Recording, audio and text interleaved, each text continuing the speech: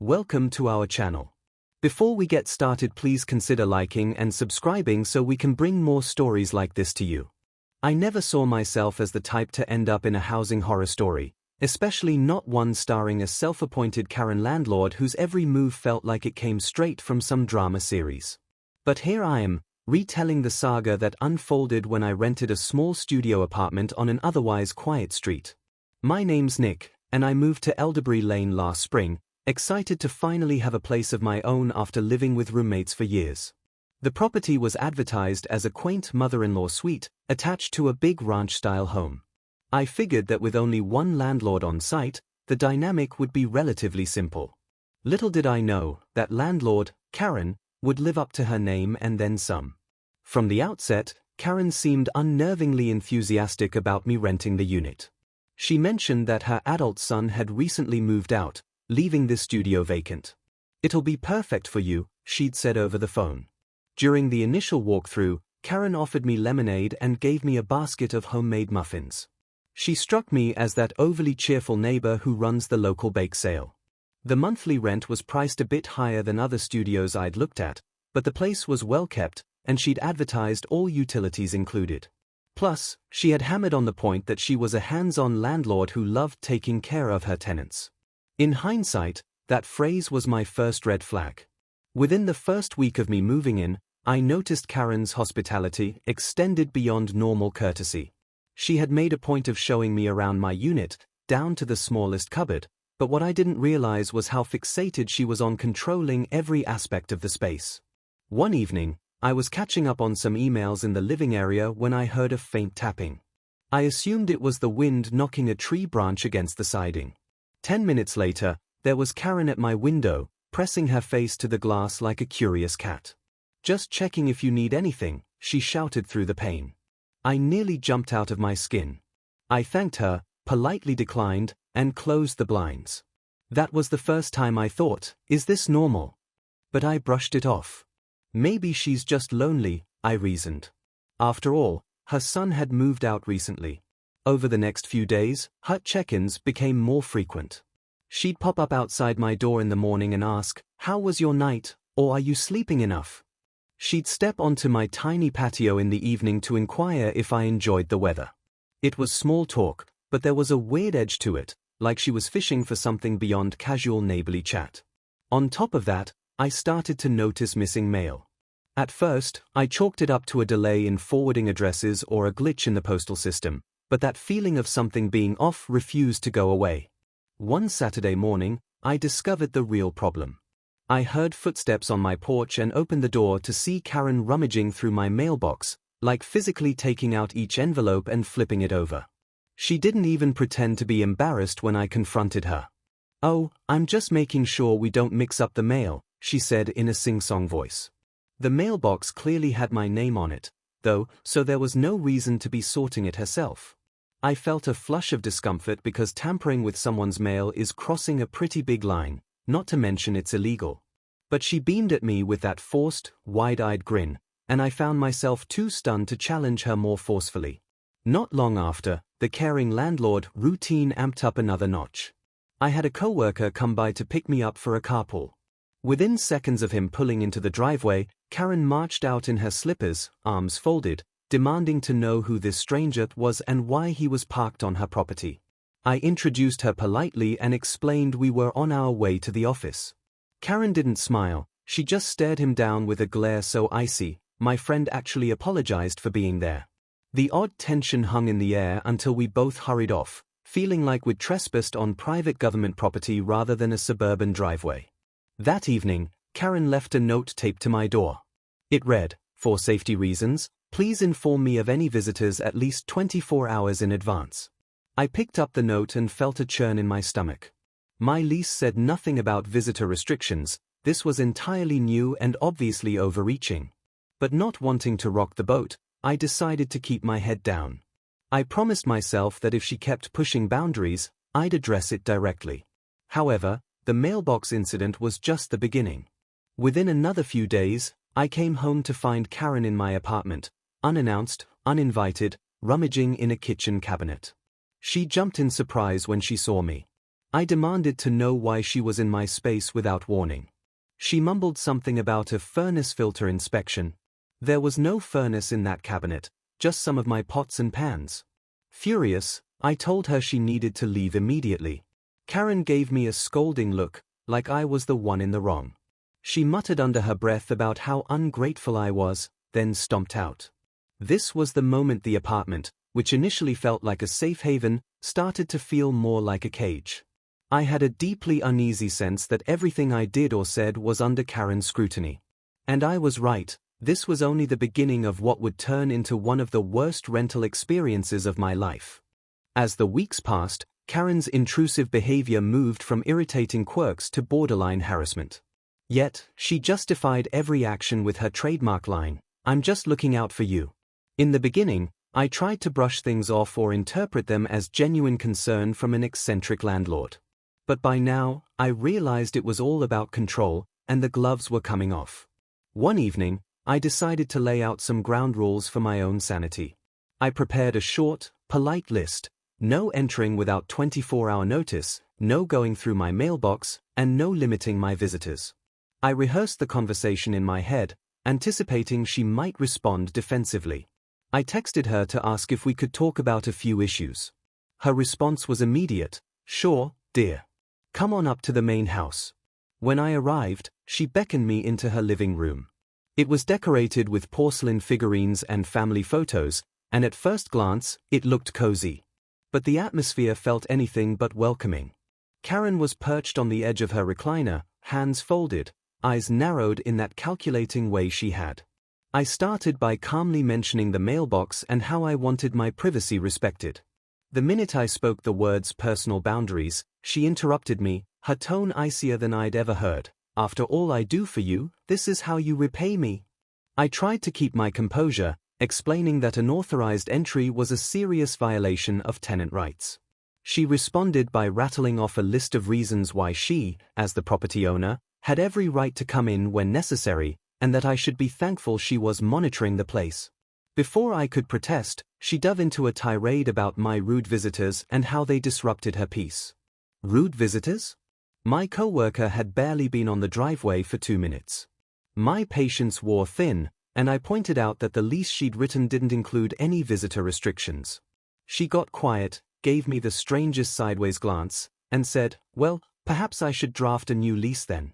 It hit me that no matter how calmly I tried to set boundaries, Karen was going to bulldoze them. I abruptly ended the conversation. "I'd like to resolve this amicably," I told her, "but you can't keep invading my space." She only shrugged and muttered that I was being difficult. It was clear this conversation was over, and I left feeling more uneasy than ever. From that point on, her passive-aggressive campaign escalated. I'd find sticky notes on my door warning me about outside noise after 8 p.m., even when I was just playing a movie at moderate volume. She'd place trash cans strategically to block my car from pulling into my designated parking space. Or she'd claim I owed her extra 4 utility overages that mysteriously weren't in the lease. Every time I disputed these charges, she'd say something along the lines of, "I'm doing you a favor by charging you less than I should." It got to a point where I dreaded going home. My coworkers began noticing I stayed at the office later and later, just to avoid any confrontation. Friends invited me to crash on their couches, but I felt stuck. Moving out so soon seemed like an extreme measure. Plus, there was the security deposit and the normal logistical nightmare of finding a new place. I tried to keep the peace by not inviting anyone over and being extra mindful of noise. I even taped a sign to the inside of my door that said, "Lock your door at all times." Because yes, I'd walk into my apartment and find signs of Karen's presence. She'd move my dish sponge or shift items on my counter. It was chilling. Then one afternoon, things took a more alarming turn. I was off from work that day, planning to watch a documentary in my living room, when Karen's pounding on the door nearly shook the hinges. I opened up, and she was there with a police officer behind her. My heart jumped into my throat. She pointed at me and proclaimed, "Officer, this is the man who threatened me." The officer, looking bewildered, asked me to step outside. My mind was racing.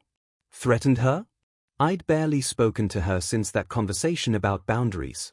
I calmly asked what she meant, but Karen interjected, claiming I was behaving erratically and that she felt unsafe. The officer asked for my side of the story. I explained the escalating tension, the unauthorized entries, and that I'd never threatened anyone. Karen continued spinning some bizarre narrative about me leering at her from my windows and talking loudly on the phone late at night. The officer didn't look convinced, especially when Karen started complaining about me possibly being on drugs. The officer asked if I had any visitors who might have caused a problem. I told him no, explained the co-worker scenario, and even offered to show messages to confirm there was no threat made. After a few minutes of hearing us both out, the officer seemed to realize what was happening, a petty domestic dispute, likely fueled by Karen's paranoia. He told her that if she felt unsafe, she could seek a protective order, but there was no evidence of any crime or threat. Clearly not satisfied, she glared at me as though I'd just pulled off the most cunning act of deception. With a final huff, she told the officer to note that she'd be documenting everything for her own legal protection. I was rattled. The fact she was willing to file a false police report or at least distort the truth that far made me worry she'd do something else, something worse. I called a friend who had some legal background. He advised me to keep detailed records, every note, every text, every conversation. He mentioned that tenant harassment and violation of lease agreements could be grounds for legal action if she didn't stop. That night, I began a meticulous diary, times she knocked, any harassing notes, any suspicious entries. I hoped it wouldn't come to court, but I also realized hoping for the best might not be enough to protect myself. Over the next few weeks, Karen escalated her tactics even more, but now I was prepared. Anytime I left the apartment, I'd activate a small motion-activated camera I'd placed near the door. The footage wouldn't pick up every corner of the space, but it would capture anyone entering. I also saved every text she sent, plus every voicemail and sticky note. My friend had advised that documentation was key if this ever ended up in front of a judge. Sure enough, things hit a breaking point. I came home from work one evening to find an eviction notice taped to my door. Except it wasn't from a legal authority, it was a piece of paper typed up by Karen. It read, "Notice of immediate eviction. You have 24 hours to vacate the premises for repeated lease violations. Police have been notified." Attached was a list of alleged violations, including disturbing the peace, unauthorized guests, and threatening language toward landlord. None of it had any basis in reality. Legally, she couldn't just evict me overnight without due process. But the threat was enough to make my stomach clench with anxiety. I texted her to clarify. She responded with a curt message, "Vacate or I'm calling the police again." That's when I decided to contact a local tenants' rights organization. They confirmed I should remain calm. Her notice was not lawful. They suggested I file a complaint with the housing authority or consider a restraining order if I felt unsafe. I was hesitant to drag it into a full-blown legal battle, but Karen left me no choice. The next day, I served her, through a process server, ironically, with a letter formally demanding that she cease illegal eviction attempts and unauthorized entry, or I'd have grounds to sue. Things went quiet for a few days, unnervingly quiet. Then, on a Friday evening, as I was getting ready to watch a baseball game on TV, there was a massive crash outside. I ran to the window and spotted Karen, flailing her arms, shouting at someone on the phone. She was dragging my outdoor furniture off the patio and tossing it onto the lawn, screaming, "He's trespassing. This is my property." I hit record on my phone and stepped out onto the patio, demanding she stop damaging my belongings. She promptly turned the camera on me, filming me back with a sneer, "Go ahead, call the cops. I'm the homeowner. You're out of here." A neighbor across the street peeked over their fence, and I heard them call out, "Karen, what are you doing? Leave his stuff alone." She threw them a nasty look. It was chaos. The tension had reached the boiling point. When I finally got her to back off, I immediately called the police myself. 2 officers arrived, one of them the same officer from before. After hearing both sides, the officers made it clear that Karen had no right to evict me without a proper legal process. They also noted the damage she'd caused to my property. She frantically insisted that the entire patio set was hers, an absolute lie, as I still had the receipt. The officers warned her that if she continued this behavior, she could face criminal charges. That night, I slept with one eye open, half expecting her to pull the circuit breakers or break a window. Instead, she just placed motion sensor lights around the perimeter, shining directly into my windows. The next morning, I found a triple lock chain on the shared laundry room door, which my lease said I had full access to. It was like living in a bizarre turf war. I documented it all, and my friend encouraged me to take the next big step, small claims court. I needed to break the lease and get my security deposit back, or else I might be financially stuck or forced to pay rent for months while dealing with her madness. Following my friend's advice, I filed a complaint at the local courthouse. In my filing, I outlined Karen's harassment, illegal entry, mail tampering, attempts at an unlawful eviction, and property damage. It felt daunting. Court proceedings can be nerve-wracking, and I knew it meant I was going up against her in a more formal setting. But I had the evidence, and I believed in my case. A few weeks later, we had our day in small claims court. Karen arrived, decked out in a neat pastel suit, carrying a stack of papers. She shot me a smug look, as if she already thought she'd won. Once the hearing started, she launched into a tirade about how I was the worst tenant she'd ever had. She claimed I caused structural damage to the apartment, that I was behind on rent, I had every receipt to prove I wasn't, and that I'd harassed her. The judge calmly asked for evidence of these claims, and Karen just waved around random papers, none of which looked official. Then it was my turn. I presented text messages where Karen threatened me, the eviction notice she'd pinned to my door, photos of my damaged patio set, and screenshots of her contradictory statements. I also showed the judge a clip from the camera inside my apartment. One time she'd used her key to enter while I was out, rummaging around. The judge's expression shifted the moment that video played. After hearing both sides and looking through all the documentation, the judge quickly surmised who was in the right.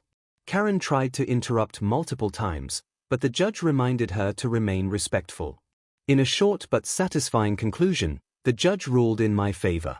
Karen was ordered to return my security deposit in full and reimburse me for the damaged patio furniture. Additionally, the judge approved my request to terminate the lease early without penalty, given the harassment. She sputtered about appealing, but the judge had already banged the gavel. Outside the courthouse, Karen tried to approach me. I didn't stay to hear what she had to say.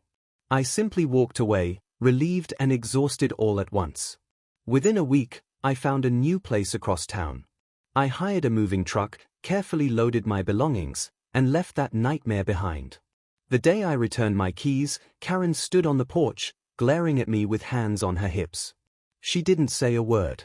Part of me almost felt sorry for her, lonely, controlling, chasing away any tenant who didn't bow to her every whim. But I was done with that chapter. In the end, I got my deposit back, albeit after a week of delays, and moved on with my life. Looking back, it's surreal how quickly a seemingly friendly landlord can morph into a living, breathing Karen caricature, complete with false police reports, petty sabotage, and an epic courtroom showdown. I still get a knot in my stomach when I see pastel suits or hear stories of overbearing landlords. But at least I can say I fought back, and I made it out in one piece. Hopefully, sharing this nightmare will help someone else see the warning signs early, and avoid living through a Karen rental horror story of their own.